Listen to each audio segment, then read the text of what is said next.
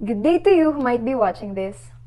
All of us have experienced doing a presentation once in our lives, right? When we do we become particular with the proficiency of our delivery?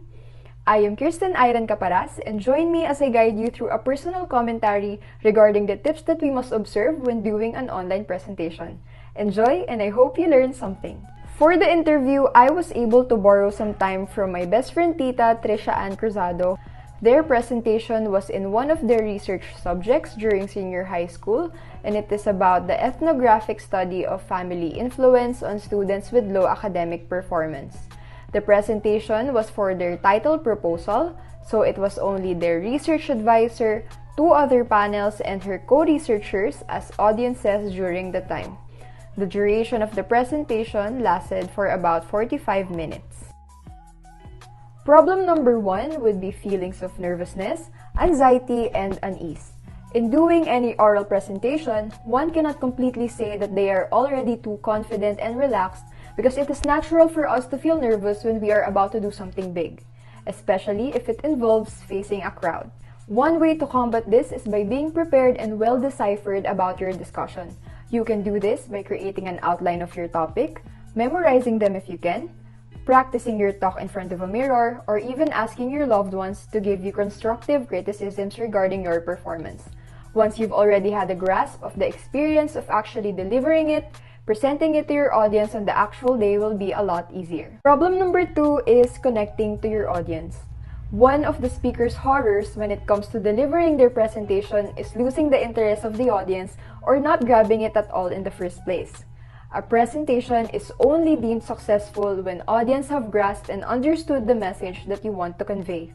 An effective strategy in connecting with your audience is by having a strong opening. This can be done in many ways, such as using a powerful quote, telling a captivating story, or even asking a rhetorical or thought-provoking question.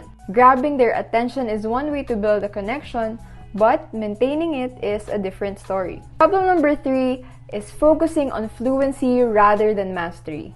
Many of us might confuse an orally well-delivered presentation to an actually substantial one.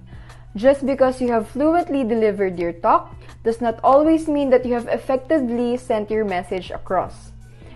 We can avoid this mistake by doing adequate research about our topic, knowing facts and trivia that can pique the interest of our listeners, gather materials and visual aids, be knowledgeable about the technicalities about the topic, be aware of the questions that might arise, and lastly, organize them in a way that your audience can easily comprehend.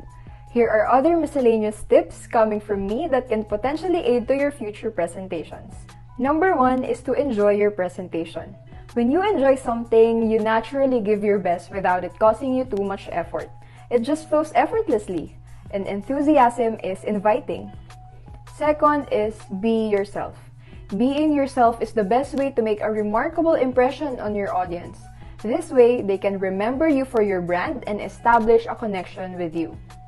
Incorporating visual aids to your presentation will make it more comprehensive and flexible, for there are certain things that are best explained visually than orally. And last but not the least, pick a topic that is close to your heart. Choose a topic that you are passionate talking about so that you may be able to expand it to others and inspire others as well. Presentations may be one of the nerve-wracking things that we do, but it is one of the ways that we can effectively communicate and inform. We must not avoid it, be terrified by it, but rather use it as a tool to influence other people. This has been Kirsten Caparas, and thank you for listening.